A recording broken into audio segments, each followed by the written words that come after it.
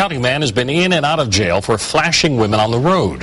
And he's been doing it for the last 2 decades, including 2 incidents that happened this year.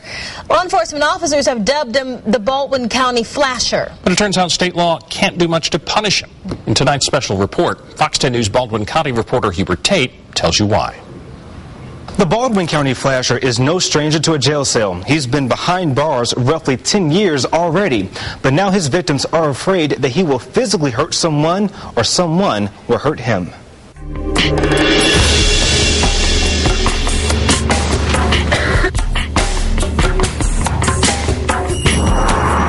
Dana Stegall's mugshot gets a lot of views. It has been on the news time and time again.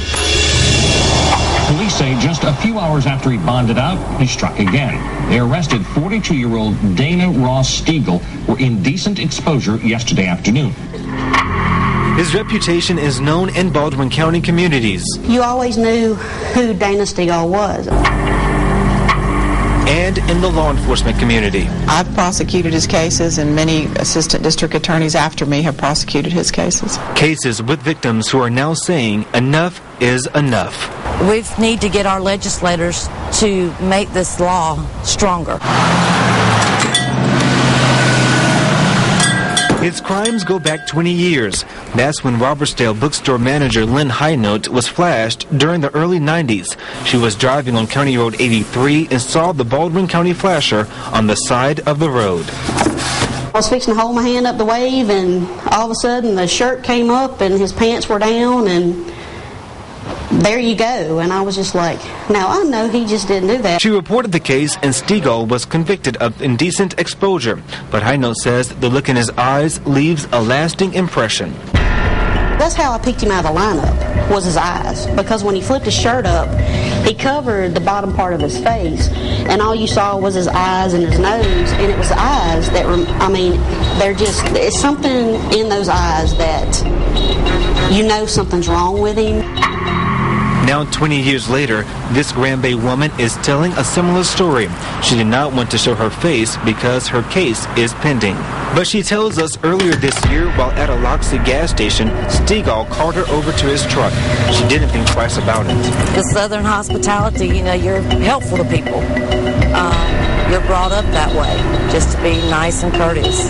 But her niceness will be taken as a weakness. Police reports say Stegall flashed her. I couldn't believe it was happening. Not there, not in Baldwin County.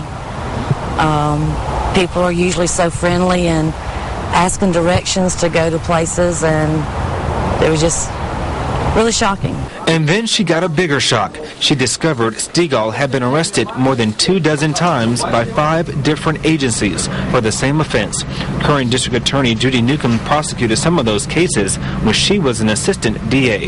Has Dana Stegall ever admitted to any of these crimes or said that he did it, or what's been his response during this process? He has maintained his innocence. In fact, when he was accused of a recent crime, he told us he was at a Christian concert. I swear to God on my mama's dead grave, I didn't do this Robertsdale thing. I was going to Winter Gym at 3:30 at time that happened. Newcomb says the criminal system can only charge him with indecent exposure. Because it's a misdemeanor, and while in the state court system it's a more severe penalty than in municipal courts, it's still only up to a year that the judge can sentence him. But the reality of the criminal process didn't sit too well with this victim, so she took action. I started a petition. I sent it out via email and also in person.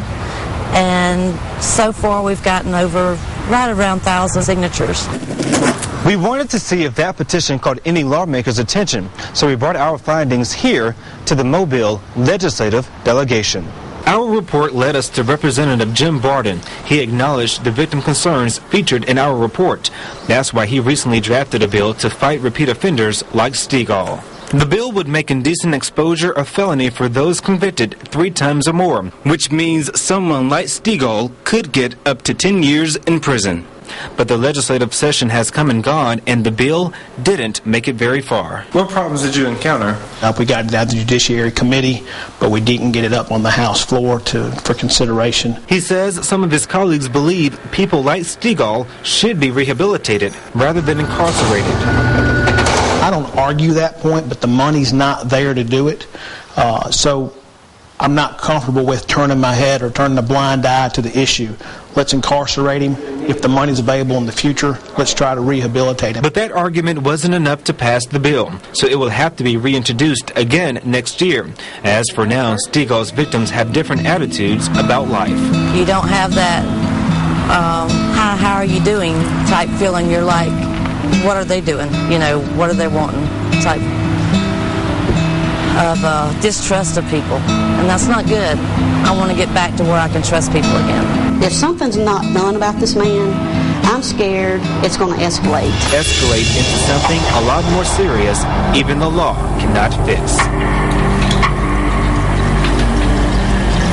Elections are coming up soon, so that will be a huge factor in the future of this bill. Meanwhile, the Baldwin County flasher is in jail for exposing himself again, this time to 2 teenage girls in central Baldwin County.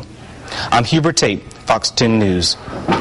One more side note. In one of his cases, prosecutors told Stegall he could avoid jail time if he would agree to be chemically castrated. He refused.